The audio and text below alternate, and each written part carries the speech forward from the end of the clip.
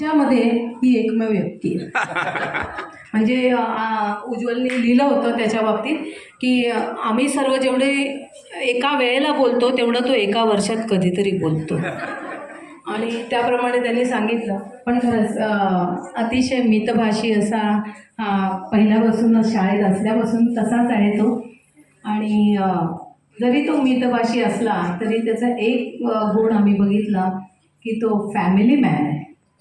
Family first आणि फॅमिलीकडे त्यांनी खूप लक्ष दिलं आणि फॅमिलीतल्या इतर सदस्यांनाही त्यांनी तितकंच चांगलं जपलं आहे.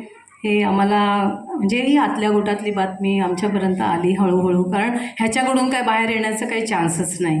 त्यामुळे काय बोलायचं म्हटल्यानंतर पण ते अगदी कमी.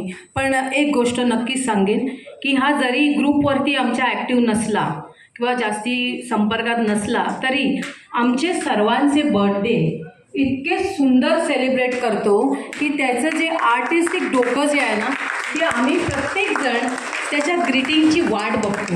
म्हणजे एखाद्याचा वाढदिवस असेल तर तो विलासचं ग्रीटिंग आल्याशिवाय कधीच कंप्लीट झालेला नाही आणि प्रत्येकजण त्याची आतुरतेने वाट बघतो. इतकं सुंदर ग्रीटिंग तो प्रत्येकासाठी बनवतो आणि आम्ही नेहमी आश्चर्यचकित व्हायचो की ह्याच्याकडे ही एवढे आमचे फोटोज येतात कुठून, कारण जो खजिना आमच्याकडे नसतो तो त्याच्याकडे असतो. म्हणजे तो ग्रुपवरचा सायलेंट मेंबर जरी असला तरी सर्वांच्या सर्व गोष्टी त्याच्याकडे बंद आहेत.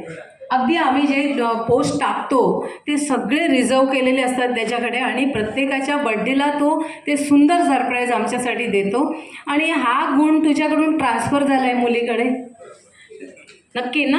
आणि तो युरोप दौऱ्यावर होता तेव्हा पण तो करत होता सगळं. हो, म्हणजे तो जिथे असेल तिथे, म्हणजे माझ्या घरचं एक फंक्शन होतं त्याही वेळेला मी त्याला सांगितलं, म्हटलं मला ना एक ग्रीटिंग इन्व्हिटेशन कार्ड पाहिजे. त्यांनी मला रात्रीच्या रात्री बनवून लगेच पाठवून दिलं.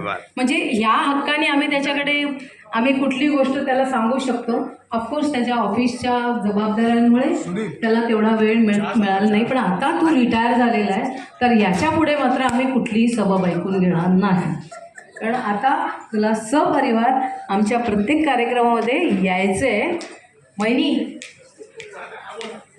हा म्हणायचं नाही नुसतं, आता यायचं, आता ह्याला घेऊन तुम्ही यायचं आहे. ओके, तर नाही जबाबदारी तिच्याकडे तिच्या प्रणाली तिच्याकडे माझा नंबर आहे. हां, आता तिच्याकडे जबाबदारी दे. आता माझ्याकडे सगळ्यांचे नंबर आहेत. तर या व्यक्तिमत्वाबद्दल बोलायचं झालं